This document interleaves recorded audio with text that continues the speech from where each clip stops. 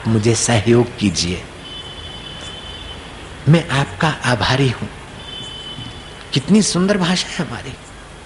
दे गड़बड़ गड़बड़ गड़बड़ गड़बड़, बड़े शहरों में बड़ी गड़बड़ चलती है, देहातों में छोटी गड़बड़ चलती है।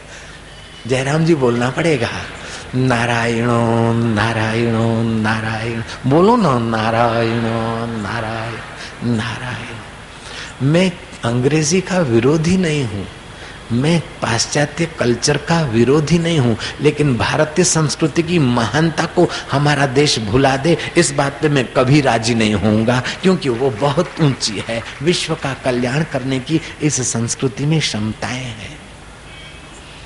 मैं किसी जाति का, किसी धर्म का, किसी मजहब का, किसी व्यक्ति का विरोधी नहीं हूं, लेकिन अच्छी चीज है उसका मूल्यांकन ठीक करना चाहिए। बिल्ली के बदले मां नहीं दे सकते हम। घर में चूहे हो गए तो बिल्ली लानी है, तो बदले में मां दे के थोड़ी बिल्ली लाओगे। मां की जगह तो मां की रहनी चाहिए, बिल्ली की जगह बिल्ली की रहनी चाहिए, अंग्रेजी की जगह अंग्रेजी पे रखो और मातृभाषा की जगह मातृ भाषा पे रखो। सीधी बात है। जयराम जी तो बोलना पड़ेगा, नारायण नारायण, बोलो नो नारायण नारायण नारायण। उन साहबों को वाइन से इतना मजा नहीं आता होगा, शराब कबाब से इतना मजा नहीं आता होगा, अपनी धर्मपत्नी दूसरे के हाथ देकर डिस्को करने में उतना मजा नहीं आता होगा, जितना तुमको केवल नारायण नारायण नारायण कहने से निर्दोष सुख मिलता है। वहां तो काम विकार का, सेक्स का हर्ष है, और यहाँ नारायण के नाम का सुख मिलता है। ऐसी भारत संस्कृति की आत्मविद्या, मातृविद्या का आदर ऊंचा होना चाहिए। बिल्ली की भी जरूरत है, लेकिन चूहा भगाने के लिए। जय राम जी की। माँ की जगह बिल्ली नहीं भर सकती है। ऐसे ही भारतीय संस्कृति का अमृत और कल्चर नहीं दे सकते हैं। क्या ख्याल है डॉक्टर प्रेम, क्या ख्याल है? सच्ची बात है। राजा अज का ये दृश्य देखकर जनक राजा यमराज को प्रार्थना करते, और यमराज ने कहा कि तुम मरकर नहीं आए, तुम तो योग बल से आए, ऑफिशियली नहीं आए, तुम अनऑफिशियली आए हो। देखो ये आदत मेरे को भी पड़ गई है, तुम्हारे बीच रहता हूं बचपन से। जयराम जी बोलना पड़ेगा, विधिवत नहीं आए, बिना विधि के आए, अनऑफिशियली आए हो, है नहीं आदत बुरी बला। महाराज कृपा कीजिए, कोई उपाय बताइए कि उपाय यह है कि वाया नरक होकर जाना मंजूर करते हो तो मैं अपने 2 दूत देता हूं। जनक ने कहा भले। 2 दूतों के साथ जनक वाया नरक होकर स्वर्ग में जाना को तैयार हुए।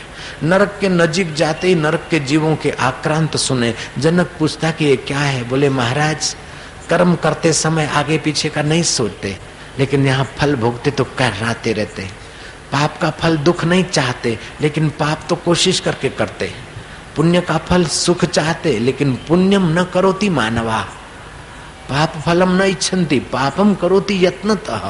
पाप तो यत्नतः करते हैं और पुण्य का फल चाहते हैं, लेकिन पुण्य कर्म नहीं करते। ऐसे लोग यहाँ धुलाई होती उनकी, जैसे कपड़ा मैला होता है धुलाई होती, ऐसे उन जीवों को नरक में दंड दिया जाता है। इसलिए कर रहे।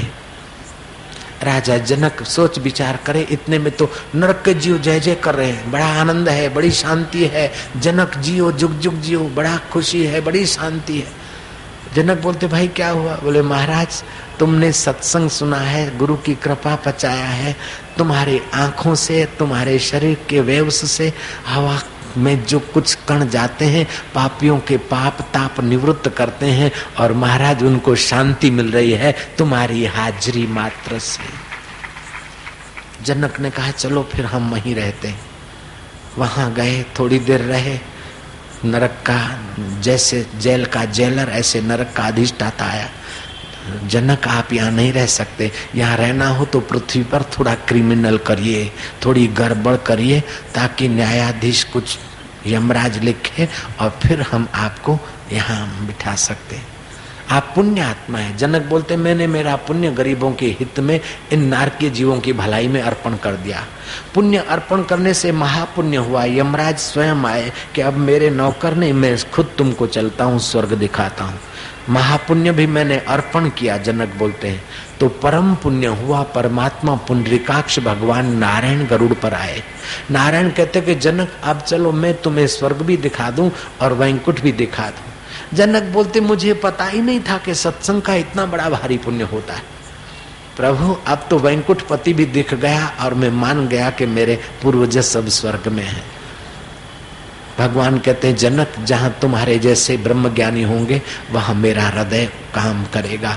तब से भगवान नारायण के दो हृदय, जैसे हवाई जहाज के दो इंजन होते, एक तो पायलट के हाथ में, दूसरा रिजर्व, ऐसे जब जब मैं अवतार लूंगा तो मेरे इस हृदय का उपयोग करूंगा और संत मेरे हृदय का उपयोग करते रहेंगे, समाज में अमृत सिंचते रहेंगे।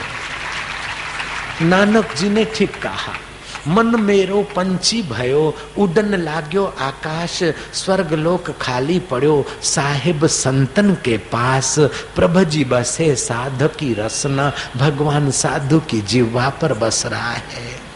कोई साधु पुरुष सच्चा मिल जाए, उसकी वाणी सुनने को मिल जाए, थोड़ी श्रद्धा हो जाए, फिर पता चलेगा कि जरा सा सत्संग सुनते हैं 4 दिन 2-2 घंटा तो जीवन इतना दिव्य हो जाता है। अगर 2 साल या 4 साल इस रास्ते चले तो जीवन दाता की मुलाकात भी तो हो सकती है। इस कथा को कोई नास्तिक आदमी इनकार कर दे तभी भी 2 बातें तो उसके बाप को भी माननी पड़ती है। एक ये बात कि अपना जो हक है वो दूसरों की भलाई में यूज करने से, दूसरों की भलाई में उसका सदुपयोग करने से अपने हक का मूल्य बढ़ जाता है। दूसरी बात, ये जो छोटे छोटे नेता या बड़े नेता हैं, शुरू में इतने नहीं होते हैं, लोभी या इतने बदमाश नहीं होते हैं। शुरू में तो सचमुच में थोड़ी बहुत सेवा करते हैं, अपने हक का कुछ खर्चा करके भी समाज की सेवा करते हैं, फिर चमकते हैं। तो जो अपने हिस्से का, अपने हक का दूसरों के सुख में लगा देता है, उसकी चमक बढ़ जाती है, उसका सुख बढ़ जाता है, उसकी क्रेडिट इज्जत बढ़ जाती है, उसकी योग्यता बढ़ जाती है। अब हमारी योग्यता आपकी सेवा में लगाई तो हमको क्या घाटा पड़ा? जयराम जी की हमारा सुख अगर हम छुपा के रखते तो उतना ही रहता, लेकिन हमारा सुख या हमारी योग्यता हमने आपके बीच या समाज के बीच बिखेरी तो हमारा गया क्या, घाटा क्या हुआ? ऐसे ही अपना शुभ या अपना मंगल दूसरों के मंगल में लगाया जाता है तो अपना मंगल बढ़ जाता है, अपना शुभ बढ़